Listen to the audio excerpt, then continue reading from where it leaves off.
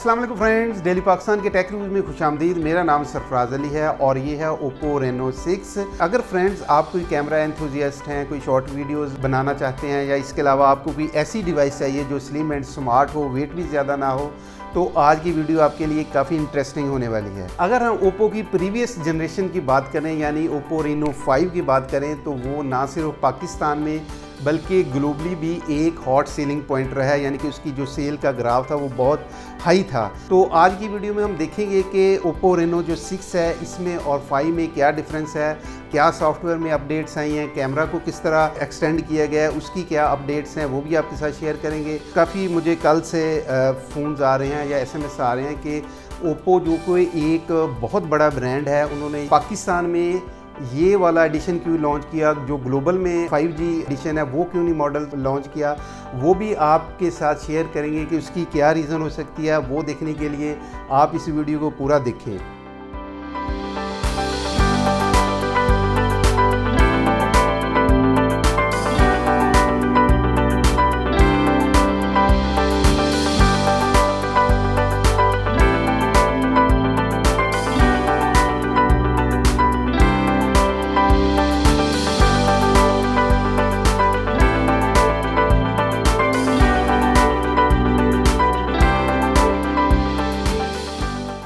तो दोस्तों ये है हमारी आज की डिवाइस जो दिखने में हूबहू रेनो 5 जैसी ही है। वही प्लास्टिक बैक, दानेदार मैट फिनिशिंग और सेम कलर शेड्स, लेकिन कैमरा बम्प डिज़ाइन में थोड़ा मुख्तलिफ है। इस डिपार्टमेंट में मुझे कुछ चेंजिंग्स भी मिली हैं, जहां इस बार फ्लैश लाइट की पोजीशन को तब्दील किया गया है। नो डाउट कैमरा मॉड्यूल पहले से बेहतर निकल कर आया है। फ़ोन के फिजिकल व्यू में पोर्ट्स एंड बटन्स को एज इट रखा गया है। राइट साइड पर पावर बटन है और लेफ्ट साइड पर वॉल्यूम रॉकर, सिम ट्रे और बॉटम में headphone jack, mic, USB Type-C port और स्पीकर ग्रिल। बिल्ड क्वालिटी में बैग पॉलीकार्बोनेट प्लास्टिक की है और फ्रंट पर ग्लास यूज किया गया है। मुझे ज़ाती तौर पर पॉलीकार्बोनेट की बैग पसंद है क्योंकि ना तो इस पर स्क्रैचेस आते हैं और ना ही फिंगरप्रिंट्स समझे जाते हैं, और ये फ़ोन को लाइट वेट रखने में भी हेल्पफुल होता है। और एक प्लस पॉइंट और है, वो है इसका एल्युमिनियम का फ्रेम, जिसकी वजह से फ़ोन स्लिम एंड स्मार्ट है। 7.8 मिलीमीटर की थिकनेस है और वज़न 171 ग्राम है।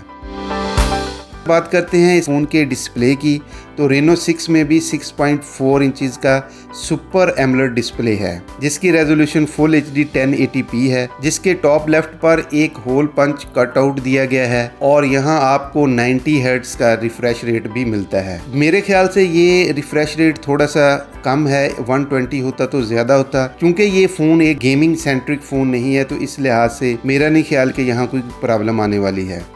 ओवरऑल डिस्प्ले की क्वालिटी की बात करूं तो 409 पिक्सल डेंसिटी है, जो कि बहुत ही क्रिप्स होती है। कलर्स भी काफ़ी निखर कर सामने आते हैं। पीक ब्राइटनेस भी 600 है। अगर आप इसको सनलाइट में भी यूज़ करते हैं तो आपको कोई प्रॉब्लम नहीं होगी। इस डिस्प्ले का एक और प्लस पॉइंट है और वो है इसका इन डिस्प्ले फिंगरप्रिंट, जो बहुत ही रिस्पॉन्सिव है। अब बात कर लेते हैं इस फ़ोन के सबसे बड़े सेलिंग पॉइंट की, यानी इसके कैमरास की, जिस पर ओप्पो ने अपनी मार्केटिंग में भी काफ़ी कॉन्सेंट्रेट किया है। रियर साइड पर क्वाड कैमरे का सेटअप है, जिसमें 1.7 अपर्चर वाला 64 मेगापिक्सल का प्राइमरी सेंसर है, 8 मेगापिक्सल का अल्ट्रा वाइड, 2 मेगापिक्सल का माइक्रो और 2 मेगापिक्सल का डेप्थ सेंसर है, जबकि फ्रंट पर 44 मेगापिक्सल का सेल्फी शूटर है। कैमरा स्पेक्स देखते ही पता चलता है कि रेनो का कैमरा डिपार्टमेंट कितना तगड़ा है। ओप्पो हमेशा अपने कैमराज को लेकर काफ़ी सीरियस होता है। काफ़ी नई चीज़ें डाली हैं, जैसे bokeh flare, portrait beautification video, और साथ ही अगर कैमरा की परफॉर्मेंस की बात करें, 1.7 अपर्चर के साथ 64 मेगापिक्सल का कॉम्बिनेशन किसी लिहाज से भी कम नहीं है, जिसका रिजल्ट आपके सामने है।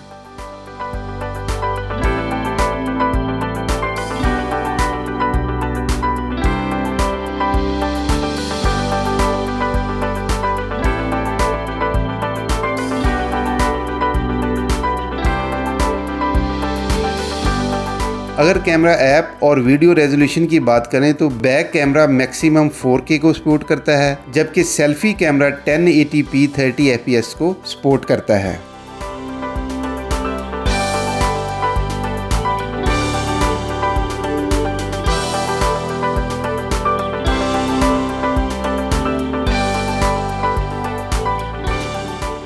अब बात करें अगर Reno 6 के प्रोसेसर की, तो यहाँ स्नैपड्रैगन 720G चिपसेट मिलता है और साथ में Adreno 618 है, 8 GB रैम और 128 GB UFS 2 built in storage है और सेम सिचुएशन में 2 सिम्स और एक माइक्रो SD कार्ड की ऑप्शन है। 720G परफॉर्मेंस के लिहाज से मुझे अच्छा लगा, बैटरी कम कंज्यूम करता है और गेमिंग के दौरान हीट भी नहीं होता, बट मेरे ख्याल से अब काफ़ी पुराना हो चुका है और नॉर्मली दीगर कंपनीज इससे कम प्राइस की रेंज के फ़ोन्स में इसको इस्तेमाल कर रही हैं। इस फ़ोन में एक्सटेंडेड रैम की ऑप्शन में मौजूद है, जिससे आप रैम को 2, 3 या 5 GB तक बढ़ा सकते हैं। चूँकि ये फंक्शन एक ऐप बेस्ड होता है और इसकी परफॉर्मेंस सेटिस्फैक्ट्री होती है और इस सारे इंटरनल्स और सॉफ्टवेयर्स को लॉन्ग टाइम अलाइव रखने के लिए 4310 mAh की बैटरी मिलती है, जो इस सारे सेटअप में थोड़ी छोटी लगती है, लेकिन हकीकत में ऐसा नहीं है, क्योंकि हैवी यूज़ के साथ ये एक दिन आराम से निकाल देगी। साथ में 50 वाट की सुपर फास्ट चार्जिंग, जिससे आप एम्प्टी बैटरी से हाफ बैटरी 15 से 20 मिनट में चार्ज कर सकते हैं और एम्प्टी से फुल बैटरी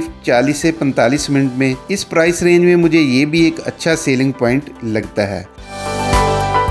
अपने फाइनल ओपिनियन से मैं आपके साथ ये भी शेयर कर दूं कि Oppo 5G global addition Pakistan में लॉन्च ना होने की बड़ी वजह यहाँ 5G की लिमिटेड कनेक्टिविटी भी हो सकती है। ये बात मुझे Oppo ज़राए से मालूम हुई है। अब अगर आखिर में Oppo Reno 6 के बारे में मैं अपने ओवरऑल थॉट्स की बात करूं तो मुझे बहुत कोई ज़्यादा इश्यूज़ नज़र नहीं आए। डिस्प्ले भी अच्छा है, camera setup, fast charging, battery, software और इंटरनल स्टोरेज बहुत ही कमाल है। लेकिन Oppo को प्रोसेसर और डिज़ाइन Reno 5 से तब्दील करना चाहिए था, क्योंकि ये Oppo फैंस एक्सपेक्ट कर रहे थे और साथ ही प्राइस भी थोड़ी कम होनी चाहिए थी। तो फ्रेंड्स, आपके इस डिवाइस के बारे में क्या ओपिनियंस हैं मुझे कमेंट सेक्शन में ज़रूर बताइएगा। अगर आप मोबाइल से रिलेटेड कोई आर्टिकल्स पढ़ना चाहते हैं, कोई दीगर खबरें या कोई कंपैरिजन प्राइसेस वगैरह देखना चाहते हैं, तो आप हमारी वेबसाइट mobile.dailypakistan.com.pk भी विज़िट कर सकते हैं।